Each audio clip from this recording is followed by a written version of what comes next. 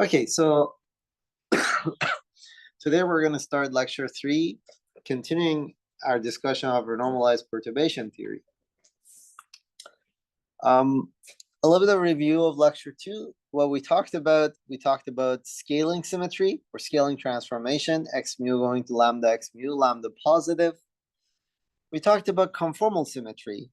So the conformal symmetry is comprised of Poincare transformation. So these are Lorentz transformation. This is, by the way, Lorentz. This is Lorentzian conformal group.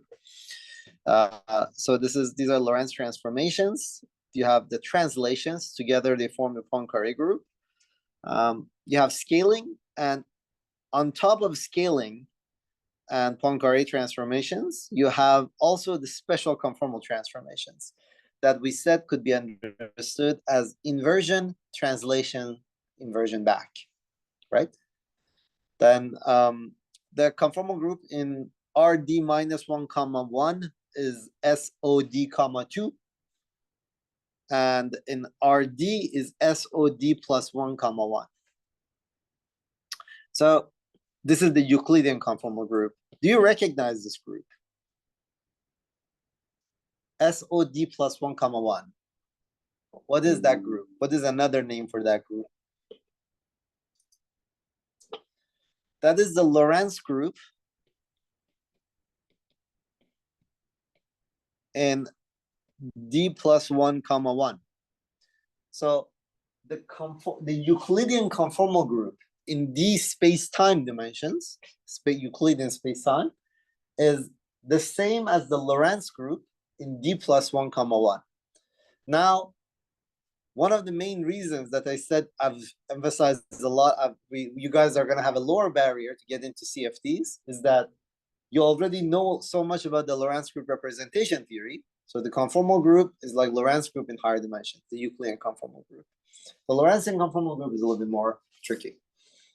But the Euclidean methods are extremely powerful in CFTs. So, all right, questions?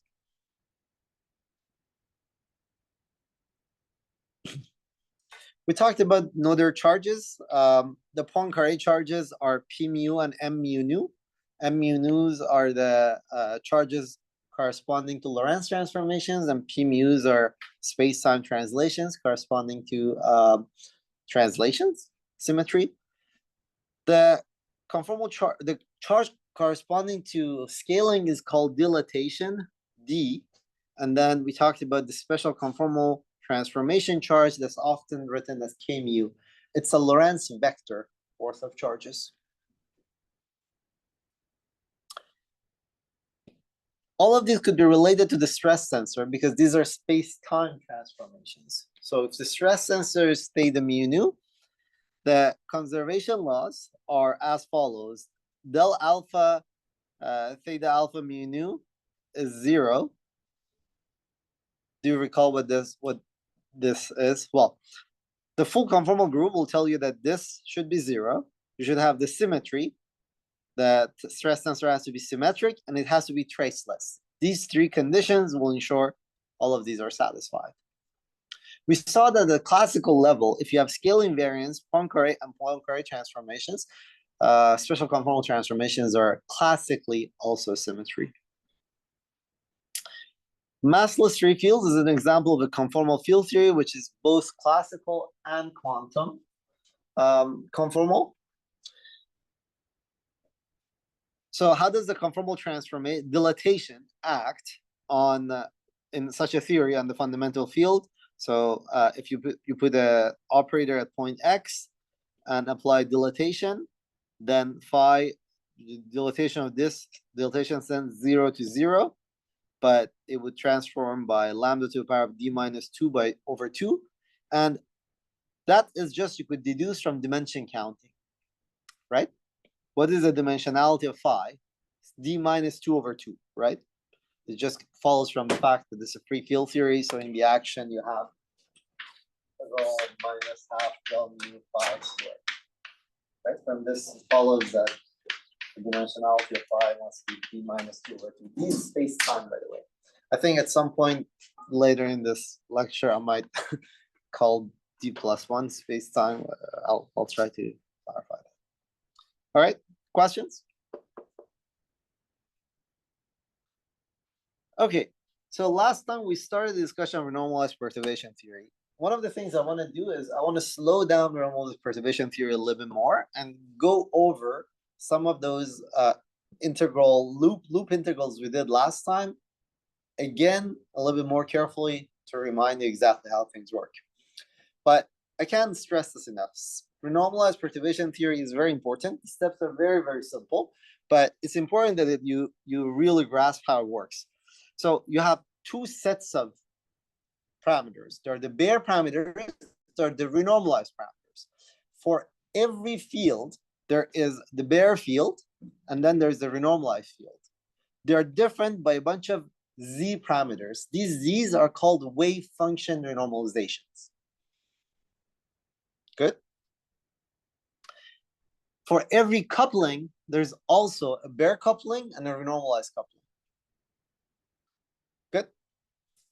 All right. So what's the idea? You take the Lagrangian with the bare couplings, Lagrangian density, curly L0. You write it as a Lagrangian with the renormalized field and renormalized couplings, plus a bunch of counter terms. What are these counter terms? These are everything. Well, when you write this in this term, as this, you have to subtract the difference. This is the difference that you've subtracted, right? But these parameters, you have to fix them to determine what the renormalized parameters are in terms of bare parameters, right? This is a formal splitting. Then what you're going to do is you're going to treat these as if they're interactions in the renormalized perturbation theory. Why are we doing this? So if this is the full theory, so this is the renormalized theory plus counter terms, what happens is that when you write down the propagator using this, so here's your action. Your action is now integral of LR plus L counter terms, right? So you look at the propagator here. What is a propagator? It will be in terms of the kinetic part of this inverted, but in terms of the renormalized fields, right? That's the important part. Even though we are rewriting L0, but in our formal Feynman diagram perturbations, everything is organized in terms of renormalized fields, right? So when you draw this is the propagator for the renormalized one. When you do this is a renormalization of this phi r, right? Now, it's expected that this stuff is infinite, but then you have the counter terms, and they have to exactly cancel so that the propagator of this is the correct thing plus with the mr squared. That is called the renormalization condition, right? So you write this, you do the splitting formally, you do this expansion, you calculate the one loop, and to renormalize the theory at one loop is the condition that whatever the hell is this one loop plus the counter term should add up in such a way that the whole thing corresponds to this propagator with this correct renormalized mass. These are the normalization conditions, right? There are interaction terms similarly for interactions.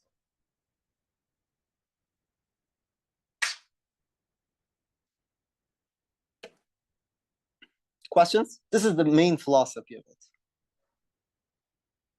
All right, example. So what we're going to do is we're going to quickly discuss lambda phi 4 theory. Then I'm going to, but this is going to be very high level. Then we're going to discuss QED in length. So we're going to renormalize perturbatively QED in length, going back to 3 loop diagrams that we calculated, at least 2 of them we calculated in last semester. So lambda phi 4 theory.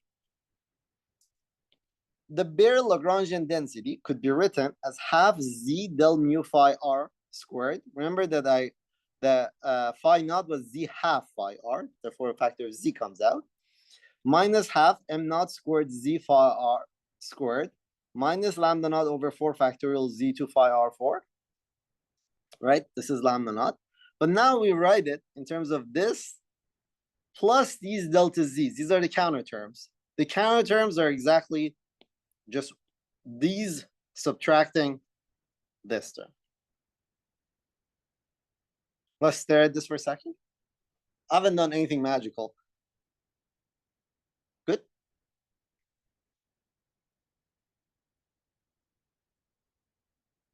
Now that you do this, this curly L naught has the form of the renormalized Lagrangian plus counter terms. And what you want in this, treat these as interactions. They would have their corresponding Feynman diagram. What you want is to make sure that, so right now, these parameters, z and all of that are not fixed in terms of the, or delta z, delta m. These are formal parameters, right? Delta lambda, they're not fixed yet. The renormalization conditions are the conditions that will fix these guys for you. Making sure that the divergences cancel. Or another way of saying, instead of saying the divergence is canceled, the fact that the propagator, the full propagator of phi r is what you would expect with the renormalized mass. Those are the normalization conditions. All right, so what are the Feynman rules for this theory? There's still the propagator. Sorry, I think last time around I was saying that we were going to put errors only in Fermi. So let's not put that there. So here's the propagator. This is the Feynman propagator in momentum space. Mr squared, right? Because we have Mr squared here, renormalized mass in here. Then there is the counter term for the propagator. There is a p squared part of it. Del z is the p squared part of it, and del m is the mass. So this is a renormalization of mass, and this is the way that the renormalization of the wave function appears is this way. Here's a interaction term, minus I lambda r, and here's the counter term for the interaction. This is the full theory. At one loop. We're going to renormalize this at one loop. Renormalizing this at one loop means that make sure that the cancellation of divergences, so add up the diagrams to one loop, compute this to one loop, and make sure that it corresponds to this. Set the normalization conditions at one loop. Yeah. Shouldn't the second propagator be inverse? Like I p squared delta? No, just add and subtract it. It's not inverse. That's important. Yeah, do it.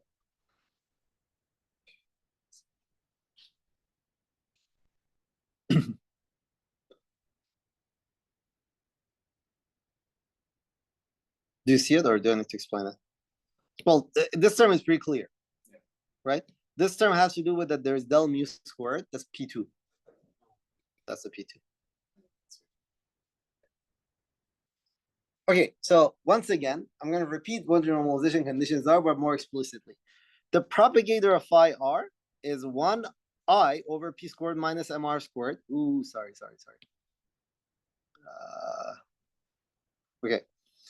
This should be the propagator plus terms that are regular at P squared minus MR squared. At one loop or whatever, if you're denormalizing one loop, that should be the answer.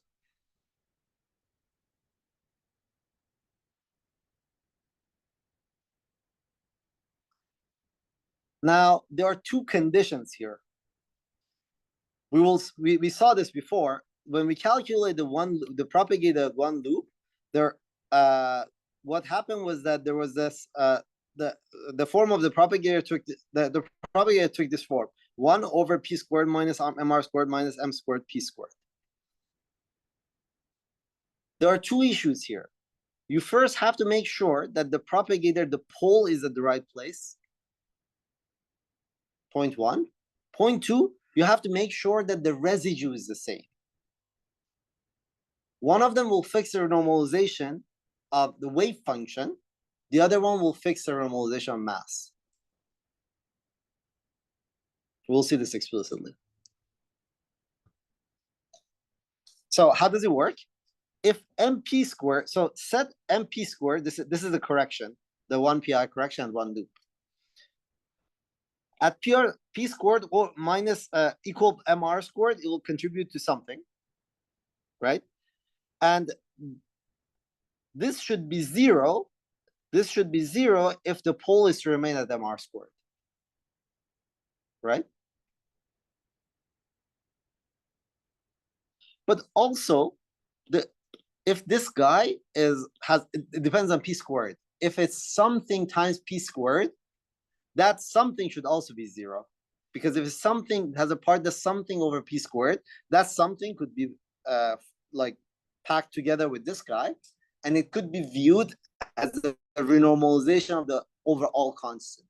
It's a wave function normalization, right? So there are two conditions. The wave function normalization will give you these two.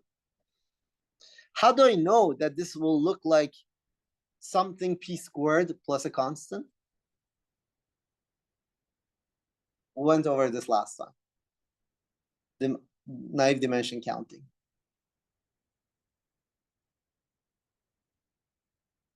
Yeah, go back and look at the way we deduce the form of the divergences, what powers of P squared they would be. We call it Q squared. Good. So this is the renormalization of the 2-point function. For lambda phi 4 theory at 1 loop, it will fix for you 2 parameters. So they have 2 conditions. One of them will fix for you delta z, the other one will fix for you delta m. Here's how it works. So at 1 loop, there are 2 diagrams that contribute to MP squared. There's this guy. This is a counter term. That's what it is. And then there's a 1 loop. What is a 1 loop? Is minus I lambda r over 2.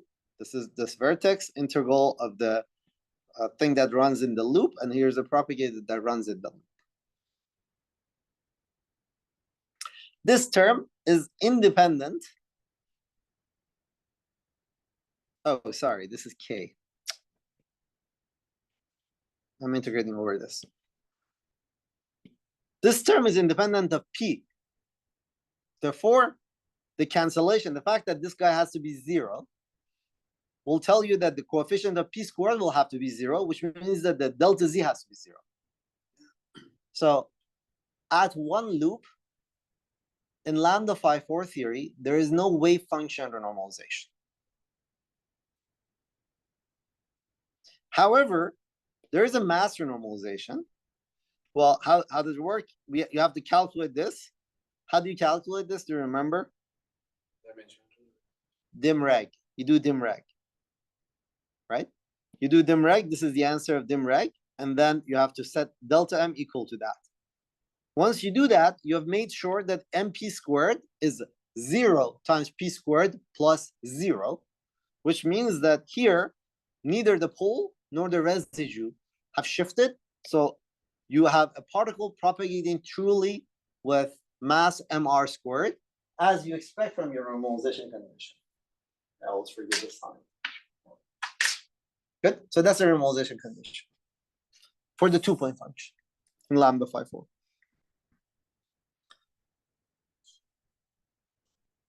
I think I said this.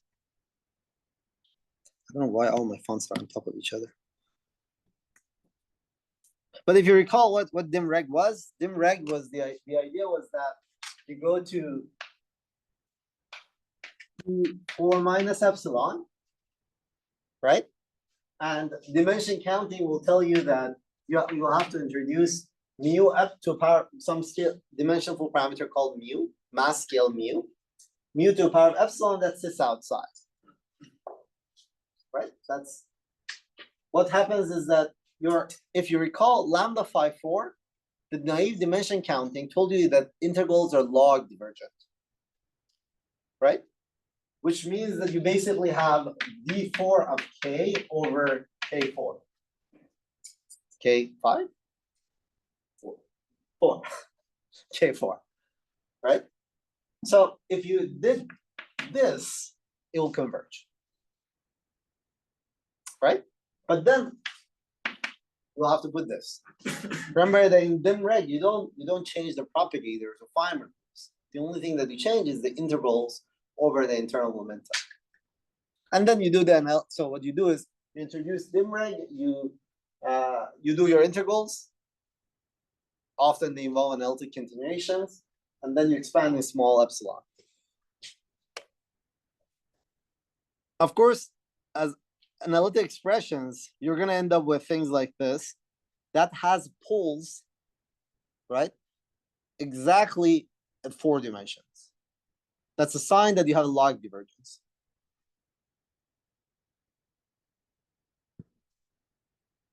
Okay, questions about this?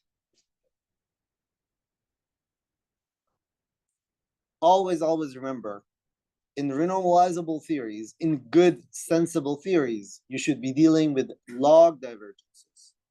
Nothing worse. At the first, one loop is log divergences. At higher orders is log squared or something fancier. At higher order in perturbation theory. But one loop is log. Something worse than that, you're probably dealing either with a non-renormalizable, you're dealing with non-renormalizable theory.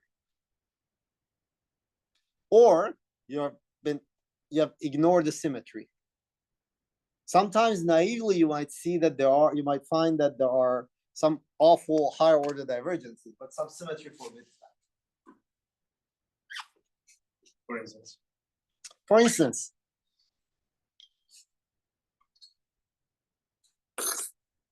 we're going to give the example, but we saw it in QFT1. Ward identities of QED, vacuum polarization, had a lambda squared divergence naively, but we said that it violates Ward identities. So over there, it's not symmetry, but this gauge invariance, the principle of gauge invariance. A more explicit example would be, well, there are other examples. Nonlinear signal model, but you haven't seen that yet. Can you explain game line? You said that the derivative of M should be this guy? Let's see. Yeah, of course. Imagine it's non-zero. So what does your propagator look like when it's non-zero? It's gonna look like I over p squared minus mr squared minus a squared p squared, right? Plus some b. But imagine, so what is the condition? The condition is that this guy at p equal mr squared should have to vanish. So the first condition, the pole being at the right place, will tell you that p squared a mr squared plus b will have to be 0. That just tells you how these two coefficients are related to each other, right? However, so that makes sure that the masses are normalized. But imagine this is the situation. Then what this means is that what your propagator is really a1 minus a p squared minus 1 plus b mr squared, which I can write down as 1 minus a out here, 1 minus a. This I'm going to interpret as normalization mass, because that's where the pole is. This is the residue. Right? The condition of a being 0 tells you that the residue is 0. When a is non-zero, the first condition will make sure that the mass is not normalized, but you still have the residue. Good. Any other questions?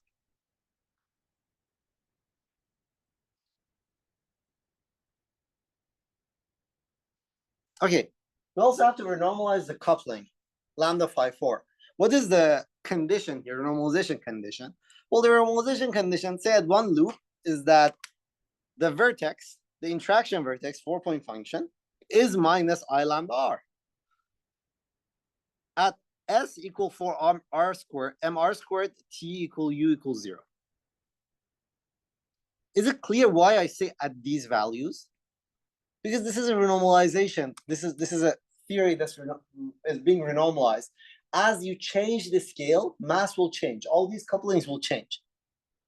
So it's only really sensible when you make a statement about the pole, or when you make a statement about the value of coupling, you have to say at what scale.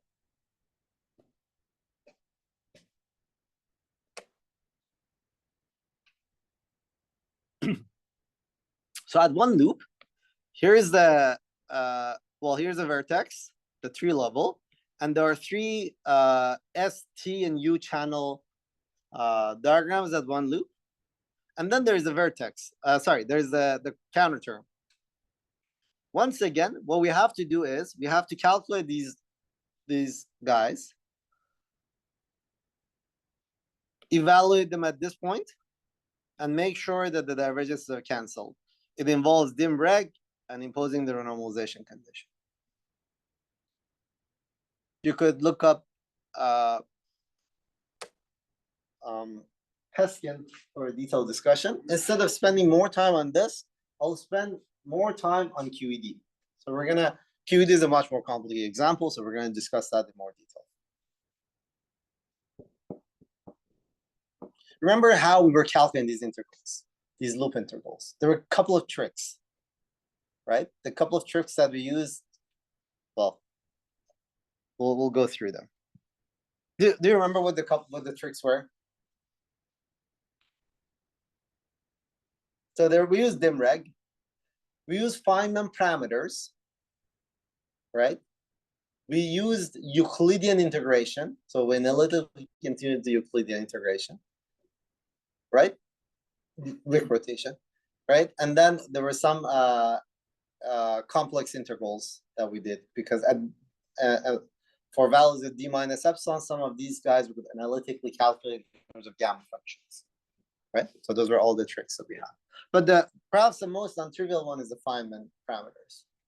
The rest of them are sort of natural. Well, dim reg, you always have to keep that in mind. Dim reg, only use dim reg. Okay. Word identities. Takahashi as well. Takahashi identity. So, what are word identities? In one word, they are the they're the consequences of symmetries, right? So current conservation laws are word identities. I did not really discuss this last time, did I? No, did I discuss Noether's second theorem? No, I did not discuss Noether's second theorem. So I'll do Noether's second theorem. This last year I taught it. So for gauge invariant theories, there is a version of Noether theorem and conservation of current that applies, and those are called word identities. So I just wanted to explain that. I want to draw an analogy first. Remember the classical equation of motion, right? Classical equation of motion is a statement that del S del phi is equal to 0. We asked the question last semester, we asked the question as, what are the quantum equations of motion? We saw that the expectation, if this is an operator, of course, the expectation value or matrix elements of this operator are 0, all of them. However, if you stick this operator next to other operators, the result will not be 0. Right? Remember this, we derived this. These were the Schrödinger-Dyson equations. These were precisely Schrödinger-Dyson equations, a set of recursive relations that taught us how to define very formally the equation that relate all the correlators of the quantum correlators order by order to each other as a set of recursive relations. So what does it look like? If you go through Schrödinger-Dyson or just look up your notes, you see that what we found was that even though every matrix element of del S del phi is 0, if you calculate the time order del S del phi next to other operating insertions, this is not 0. It's a sum of a bunch of contact terms. That's when this operating insertion at point x, right? X comes in touch with x1, x2, x3, all the way to xn. There's a Dirac delta associated with each of them. We're going to see that explicitly and give you some interpretation for it. So similarly, when you have a conserved current, here's a classical conservation law, del mu j mu is 0. J mu is a quantum operator as well. And it turns out quantum mechanically, every matrix element of del mu j mu is 0. However, if you stick in del mu j mu next to a bunch of other correlators, the result will not be 0. It will be a bunch of contact terms.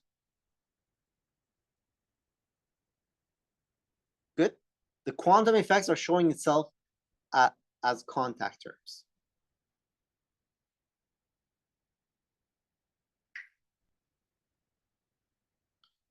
Do you see why this is happening?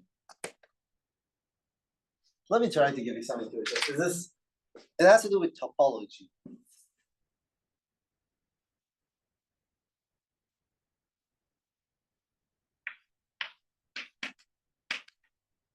Del mu J mu is 0. That means that if this is a path integral I'm doing, and I integrate del mu J mu all over the place here, right? I'll get 0. I'll get something that's equal, I'll get 0, which is now if I integrate this guy, it will be the charge at time I and time f. It will be qf minus qi. Good. Now this qi is the integral of j00 over here, and then that is at that interval. Now imagine you take the charge operator, and that means that you can take the charge operator and move it up and down, just arbitrarily. Now imagine there's an operator here. As you push this past this operator, what do you get? You get the commutator. You get q, that operator, minus phi q. Right? The commutator does not vanish. How does the commutator show itself in terms of these contact terms, these Dirac deltas? It has to do with topology, but let's not worry about it. Good, but let's go through that step by step.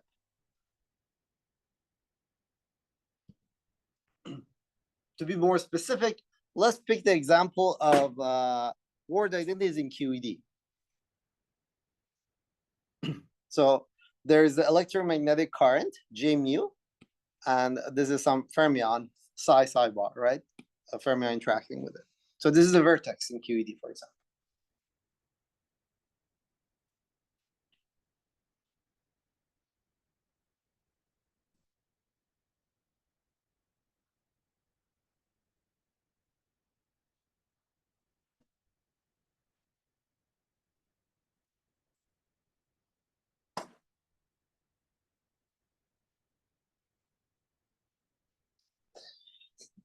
Okay, so let's calculate this operator. Do you guys have an intuition about what J mu is in QED? What is J mu in QED? Huh? It's a probability. No, it's not. So here is the main equation you have, right? This is antisymmetric. Del mu of this will give you 0, right? So J mu is like derivatives of F mu nu. The F mu nu tensor, if you remember in QED, was electric field and magnetic field, right? So it's a 4x4 tensor. It's antisymmetric. You have the magnetic, I forget, something like, oh, sorry, E1, E2, E3, and then B, B, B. I don't know which is which. You can probably guess, but anyway. And then this is antisymmetric, right? So it looks like it has to do with various derivatives of E and B. Good. These are Maxwell equations. So what's J0? Charge density, right? Current density is the other one. That gets mapped one-to-one to the quantized charge current density. To what? I mean, J mu is usually psi bar gamma mu psi. So yes. That maps exactly to. Okay, so they're very, very good. This is the equation of motion of pure electromagnetism, but you're coupling it to matter. So the matter will decide the right hand side. right? So to find the equations of motion, you vary. How do you find this? You vary the action with respect to a mu. But now you have the term a mu psi gamma mu psi bar. So psi bar appears as this guy, and that's where it's coming from. Well, it's coupled to that guy. Sorry.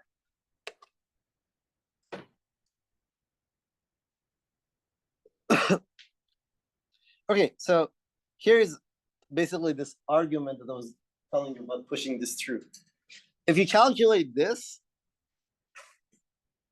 you end up with two terms that have to do with contact, two contact terms that have to do with commutators. Can you guess how to derive this? I'm just going to tell you. The important thing to pay attention to is time ordering here.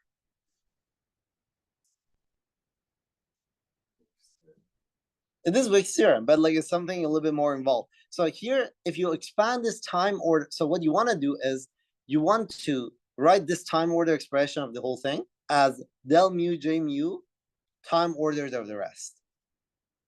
So when you take the time order term, you have a bunch of terms with Heaviside step function that say how x and x1 compare and how x1 and x2 compare, right? Now, del mu acts on those Heaviside step functions, and what do you get as a derivative of them? Dirac delta function, right? Where is the Dirac delta function? Exactly when an x and x1 meet, because that's where the step function jumps, right? And when x and x2 meet, that's where they come. But just write this down explicitly. Also, every textbook in quantum field theory has it. Do read it or derive it. I recommend deriving it yourself. Do not.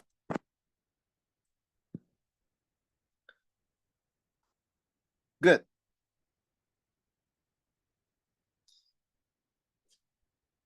Now, J0 and psi, the commutator is minus Q psi, this. J0 and psi bar is plus Q psi bar. Why is the signs the opposite? Yeah, one of them is the antiparticle. One of them is fermion, the other one is anti-fermion, so the charge is the opposite. Do you remember how to derive these equations? Well, you remember it QFT1, hopefully.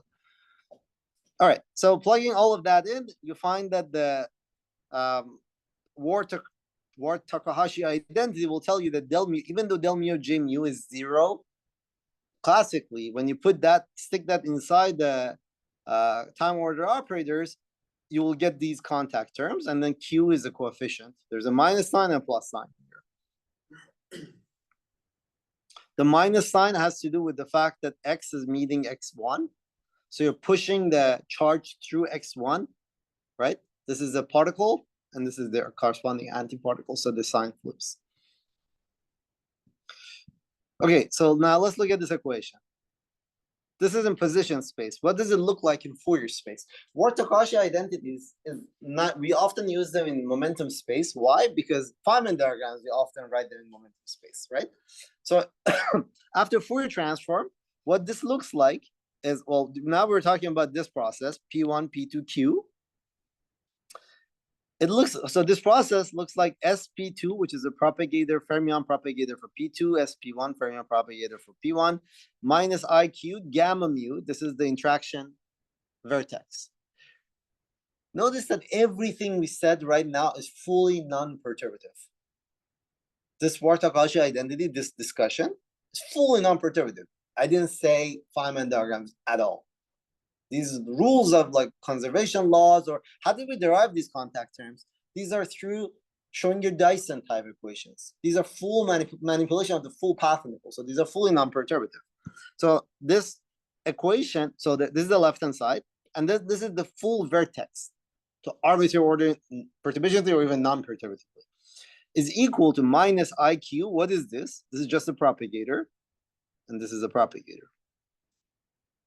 So in QED, word identities, what they do is that they relate the fully non-perturbative vertex to fully non-perturbative propagators. What does this tell you? It tells you that when you do renormalization group, sorry, when you do renormalization, perturbative renormalization, at every order in perturbation theory, the renormalization of the propagator, which is the mass and delta z, will be related to renormalization of the vertex. So naively, we have three variables, del z, we had del m, and what was that third one? Well, del char, del e. But they're related. One relation is the Ward-Takahashi identity. So on shell, at the tree level, what does it look like? So this is gamma mu, q mu, gamma mu. This guy is P1 slash minus M. This one is P minus P2 slash minus M. This is just the momentum conservation. So at the tree level, no loop, this is momentum conservation. At higher order in perturbation theory, something non-trivial. Yes. In the previous slide, you have you're only treating J mu with the two-point function. Yeah. And you said, why do you say it is a non-perturbative result when you go to the Fourier transform? Sorry. Yeah, I can always Fourier transform the full object. What's the problem? Doesn't it change? I mean, if I consider J mu with n fields, with Yeah. n couples, yeah, won't I get something different on the right side? You will get n terms. Each of them has to do with x coming in contact with every one of them. Now, every time you push through a fermion, well, every object you push through, the charge will pick up. Yeah. But now you know that the representation of Lorentz curve will tell you that you can't have 3 fermions and 2 antifermions. You can't have those things. So you have these fermion antifermion pairs. You could have higher point functions. That's perfectly fine. You could have things like psi x, psi bar of x, psi y, psi bar of y. Have those things. That's very fine. You pick up 4 terms. 2 of them positive Q, the other one was with there could be different fields even. Good. This is I repeat, Ward-Takahashi identities are fully non-perturbative consequences of either redundancies or symmetries. They're actually used only for gauge invariance. So there are redundancies. I so badly regret not discussing gauge theory in part 1 of the course. I had really nice lectures about that. I'll cover them at some point. Good. Now let's look at this. This is a non-perturbative relation, but somewhat abstract. To make it a little bit nicer, let's take a low energy limit of this. Q going to 0. Q is a photon in the case of QED. So let's take a 0 momentum limit. Deep in the IR, you're going to get the following relation. So deep in the IR, what happens is that, so momentum conservation tells you that P1 and P2 are related. P1 is P2 plus Q. Or the other way around. Then as Q goes to 0, you could expand this term P2 in terms of P1, right? And to the first order perturbation theory, what you obtain is this.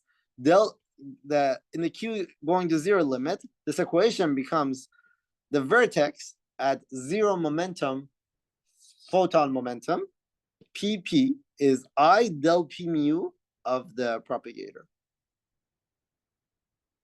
Now, what is S minus 1 of P? It's P slash minus M minus the renormalization of mass and the wave function. We just saw that, right? So this immediately relates non-perturbatively the 0 momentum, sorry, 0 photon momentum vertex, full vertex to the renormalization of the propagator of the photon, vacuum polarity, fermion mass. This is a fully non-perturbative relation. So vertex normalization is related to the fermion wave function normalization, the 2-point function. J psi psi bar and psi psi bar are related.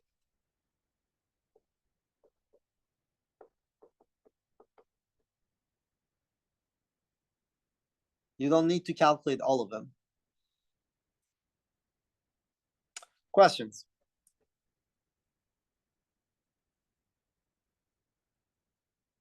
Classes until what? 5:45? Okay. Ouch. As usual, I'm running behind. Questions? Okay. What I'm gonna do in the remainder of this lecture is to start renormalizing QED. This involves, of course, three famous diagrams, right? That we had at one loop. We're gonna renormalize QED at one loop, and we're gonna go through them one by one. The first one, well, what are the diagrams? There's this guy at one loop. What's this called? Vacuum polarization. Then you have the this guy. This is the fermion mass normalization. And then you have the vertex. This guy. Right? So these are the three one-loop diagrams of QED we have to calculate, evaluate to renormalize. Right? So what there is delta M of the fermion. We have delta of E, the charge normalization. And then what else do we have? We have the Z. Right? Or delta Z. Delta Z. Delta Z. We're going to fix them. Okay. Let's do this a little bit slower. Actually, ignore these. I'm going to do this properly here. So define psi R as Z2 minus half psi 0. This is the renormalized fermion field. And this is the wave function normalization for the fermion.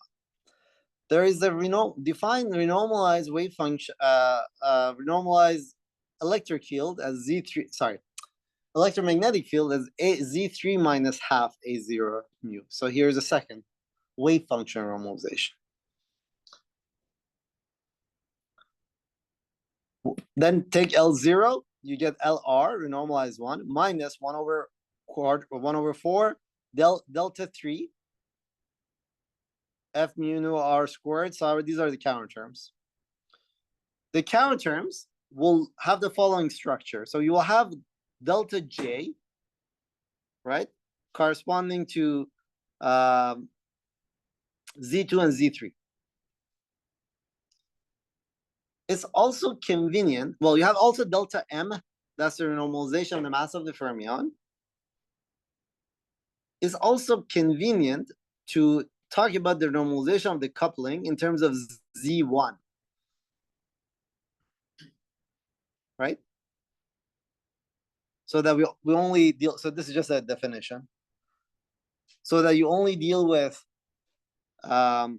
delta 1, delta 2, delta 3, and delta. Here's what they look like. The fermion, fermion counter term is is I p slash minus mr delta 2 minus Z2 delta M. Delta 2 has to do with the fermion wave function normalization. The photon propagator will, of course, has to be proportional to this. Why? Word identities. It has to be transverse, right? Delta 3, right? That has to do with this guy. And then the vertex is delta 1.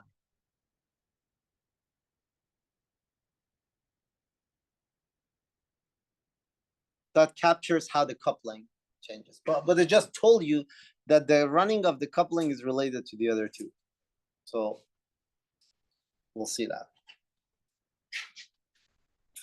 These are the three new counter terms we have to add to renormalize QED at one loop. Any questions before we get started?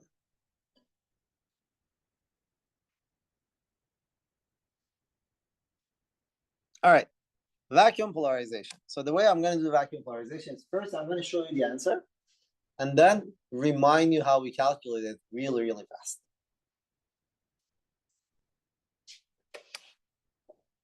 What is vacuum polarization? It's photon propagator.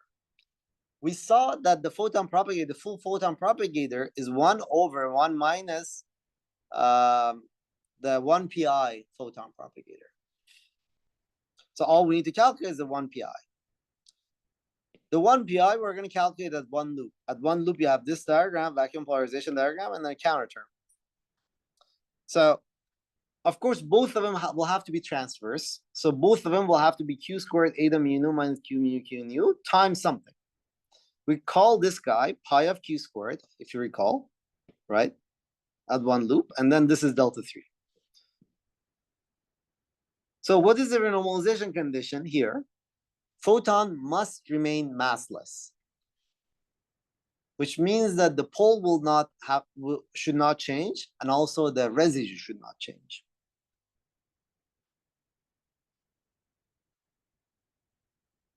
Okay.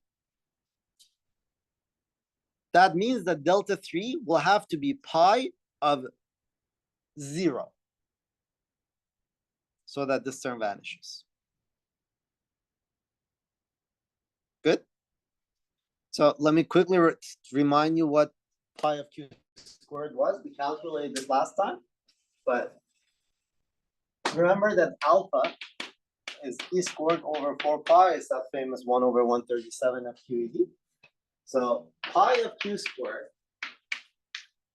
at one loop, it has to do with this diagram, is 8 alpha over 4 pi, right? 2 pi, 4 pi, minus 8 alpha over 4 pi. D of x, 0 to 1, x minus x. Then you have here epsilon over 2. You have mu, no, wait a second. Other mu squared 4 pi mu squared, and then delta of q here, and then delta q was m squared minus x1 minus x squared.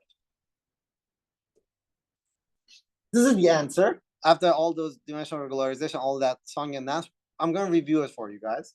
But the wave function normalization will tell you that this should hold, right?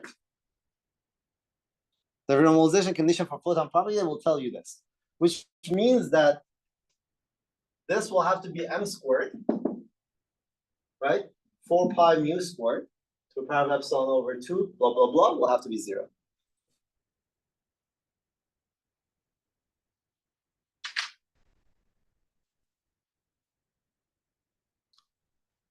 So remember that we're trying to cancel two infinite terms, two infinities. It only makes sense if you regulate them. This epsilon is the regulated version of this integral. And this one will also have to depend on your regulator if it's to cancel that guy. So we do dim reg so that we can make sense of things properly. All right. Is this clear? I'm going to review the integration, just how we did the loop diagram.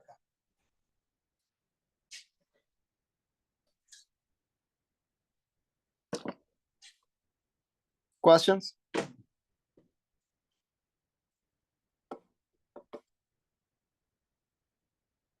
Oh, there's a gamma epsilon over 2 that I dropped. All right. So this is the integral we were trying to calculate. The vacuum polarization on one loop. There is a Q coming in, Q going out, K and K minus Q. So there are two vertices, minus IE squared, right? The contribution of each vertex. What is this minus 1 for? Fermion loop. There's gamma mu, gamma nu corresponding to each vertex. You integrate over the internal loop. Here's the propagator for the fermion, ISFQ K minus Q, ISFK. Right? This is our starting point. This is the Legos. We did the naive dimension counting, just plugging these in, right? Forget about these guys for now. This is D4. This SF looks like 1 over K minus Q squared minus M squared plus I epsilon. And then you're going to have upstairs K slash minus Q slash plus M fermion, right? Similarly here, you're going to have K slash plus M fermion. Though whatever is in the numerator, you package this way. And then this is the other term downstairs from this guy. So counting of divergence is in 4 dimensions. This is lambda 4, lambda minus 2, lambda minus 2. This is lambda squared. And you find that pi of eta mu nu is proportional to lambda squared. That is too divergent. In fact, it's so divergent that it's inconsistent with word identities. Word identities will tell you that the lambda squared term of it will have to vanish. We'll see that. Or we'll review that. So just to review, again, what was the first step of dealing with these integrals? Dim reg, right? So you replace your d4 with d of d plus 1. I apologize. This is the space here for a couple of minutes. So you calculate, you do this this integral, you replace it to d plus 1, and then for this to be dimensionally proper, you have to introduce a massive parameter called mu, mass scale mu, and then you take it to the power of 4 minus d plus 1. That was the first step. This is why do we introduce dim reg? To preserve gauge invariance. Second step is Feynman parameters, right? It's these x variables that we introduced. And then we make a change of variables, the loop variable to L. This is what it looked like, right? Now here, when you write it this way, it's pretty clear. So this is that term that's coming from dimension counting of the dim reg, right? This is coming from the Feynman parameters. This is the term that has x 1 minus x. It has a symmetry of x going to 1 minus x. That's a symmetry. We should have that. And then this term is the awfully divergent term. This is the lambda squared term. It's proportional to eta mu nu. This term is disallowed by word identities. This goes away. You're left only with this term. This, you take it out, and pi eta mu nu, pi mu nu is proportional to this term. The remainder you're going to call pi of q squared. There's eta e squared that's going to go to alpha, right? There's an integral over x and integral over L, right? The 2x 1 minus x. This is x1 minus x. All of it I've taken out. And the result, the rest of it is this integral. That will give me this parameter. All right? This is exactly what I just said. Now, how do we do this integral? This is the integral you want to do. You do this integral by first going to Euclidean space, Wick rotation. And well, in Wick, when you Wick rotate in 4 minus epsilon, or in general, a small enough dimension, you have an analytic form for it, and this is the answer. This is the full answer in terms of gamma functions and power law. This gamma function will have poles at 4 and 6 and higher dimension, even space-time dimensions, right? Notice, as I promised, this is log divergent at 2 plus 1. So we expanded at 4 minus epsilon. When you expand in 4 minus epsilon, this is the expression you get. It's precisely what I wrote here. I think I messed up the sign. Why is that minus? Sorry, why is that minus? I made a mistake. Oh, where's the minus?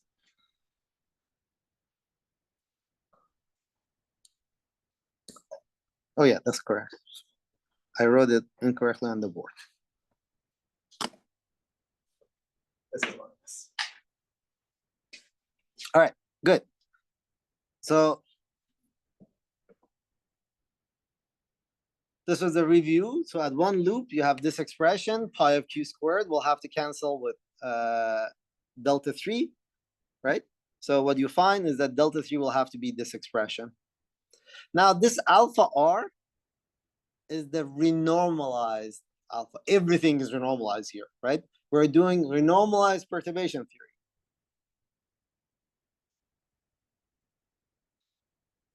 At small epsilon, well, okay, so this is what we find at small epsilon. You could use that to write Z3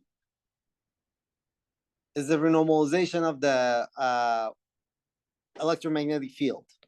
And then recall that there's also a convention that we often use, the MS bar scheme, which is we expand in terms of 1 over epsilon bar, which is 1 over epsilon plus this thing that comes from the expansion of the exponent, the Euler number. This is just a convention, right? This is a scheme. The scheme is how we define subtract your infinities. How you do, yeah, how do you regulate your infinities? So recall I said that quantum field theory always comes with a scale, right? What is that scale in dim reg? Mu. It's important that mu sits here.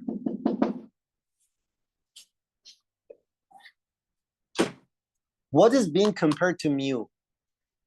M squared. So this is dimensionless. The rest is dimensionless. This is 1 over 137, right? This is the dimension full. This is the dimensionless parameter. M squared. This is renormalized. M squared minus x1 minus xq squared, which is the external momentum, is being compared to the scale, UV scale that you've used to cut off your theory. Keeping the UV scale fixed and changing the momentum will normalize your field, your theory. Questions? I'm gonna pause here and summarize because of the following. So what we're gonna do next, maybe the next lecture, is we're gonna go through the 2 other diagrams and we're not finished normalizing QED. I can spend more time on this, or I can spend more time on this when we normalize the non-abelian gauge theory. Which one do you find more useful? The non-abelian gauge theory will have extra junk in the integrals. That takes care of indices and representation theory. Would you rather see it in more length in QED first? I guess some of it you have seen before, but just reviewed more. Or do you want to see the whole thing in one shot in a non-abelian gauge theory? Because we're going to do that too. Non-abelian case. Okay. Just one question. Yeah. Okay, you have defined your deltas and your C's, but okay, you are going to calculate the cross sections, and you have these contributions. How do you? I mean, you can't write it in terms of epsilon. Right? Very good. Epsilon is just unphysical, right? Epsilon, everything. So what did we say about the renormalizable theory? All the physics should be independent of the scale you introduce. So all physics must be independent of mu. Epsilon is, of course, a stupid parameter. We're going to take epsilon to 0, right? You do it once you're done subtracting, you take epsilon to 0, right? So what is going on? What is the theory we've built? This is, we're going to describe this in more detail when we discuss renormalization theory, but this is very important. What you do is the following.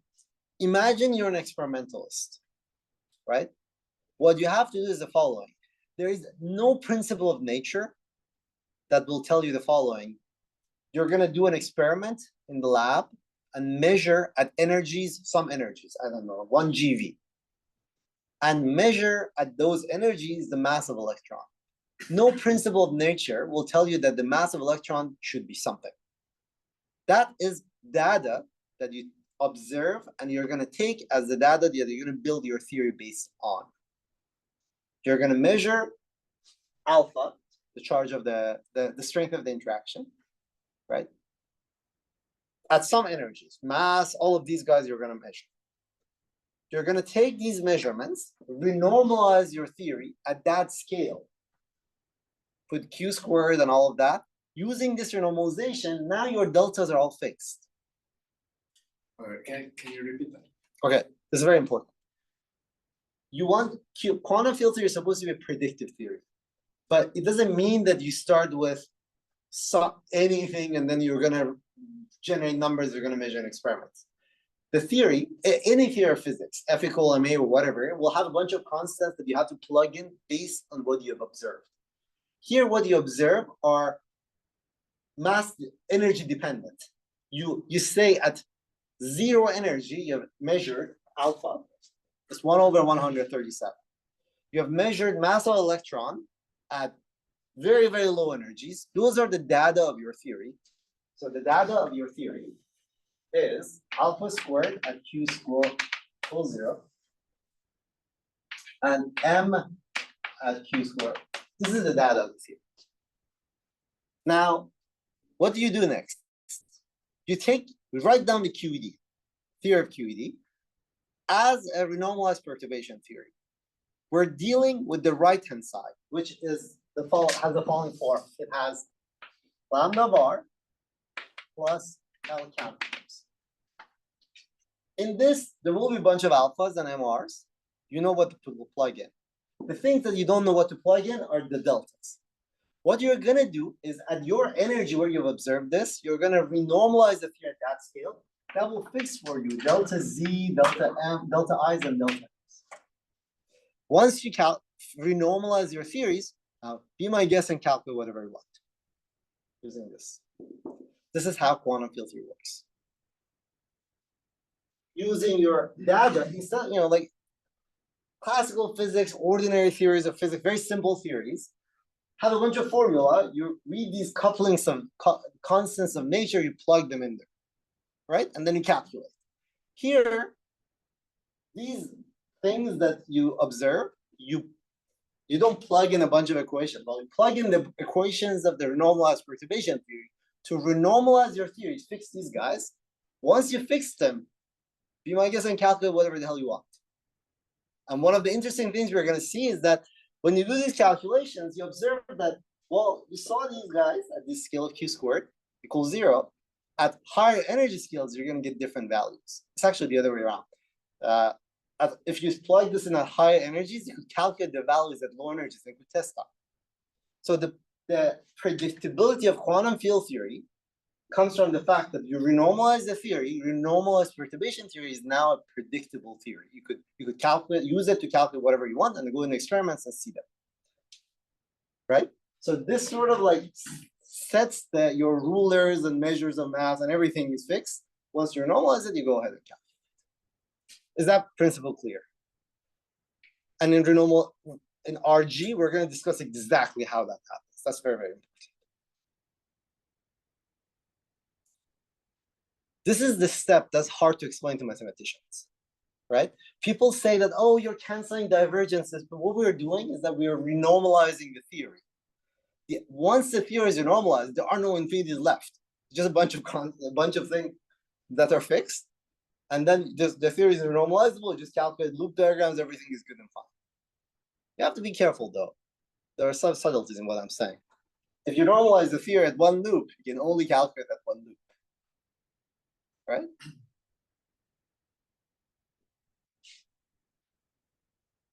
Now, what is the problem with non-normalizable theories?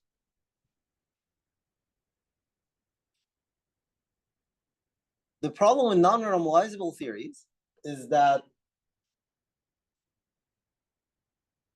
you need an infinite, sorry. Let me backtrack. This is very important. So at one loop, you had 3 parameters, right? And you normalize the theories. What happens at 2 loop? At 2 loop, you still have the same parameters, but these guys will be more complicated functions. So you go and calculate those guys at higher loops because you have to do more integrals to plug them in. What happens in non-renormalizable theories is that at any fixed number of loops, you could renormalize the theory and it works like a charm. Those are called effective field theories. Quantum gravity as an effective field theory at your favorite number of loops is a predictable theory. It's perfectly fine. You could calculate quantum field theory at like 13 loops, and if you're powerful enough, and you can use it as a predictable theory, it's all fine. The problem is that as you go to a higher and higher number of loops, you need more data.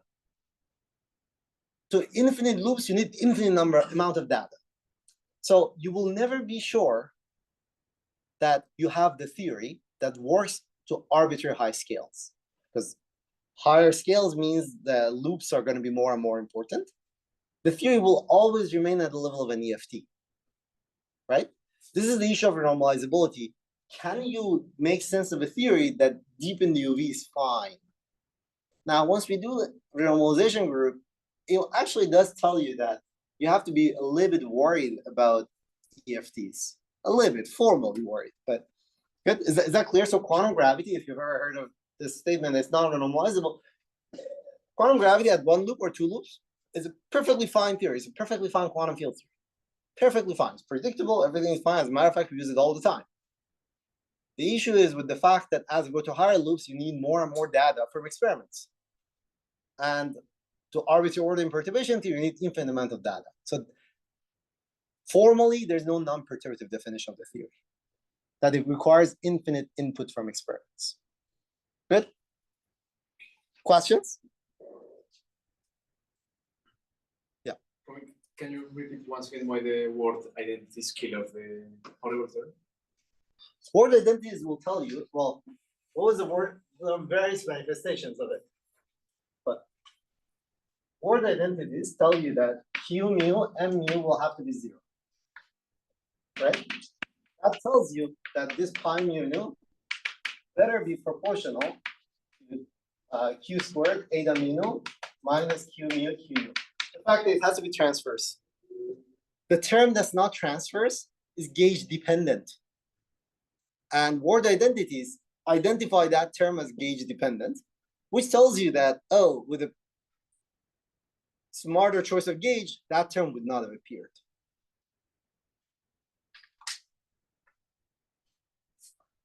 All right, any other questions? But at some level, I just also define for you guys what an EFT is. Any of such renormalized perturbation theories are EFTs. As a matter of fact, EFT is a bigger framework. But we'll talk about that. Any last questions before we go?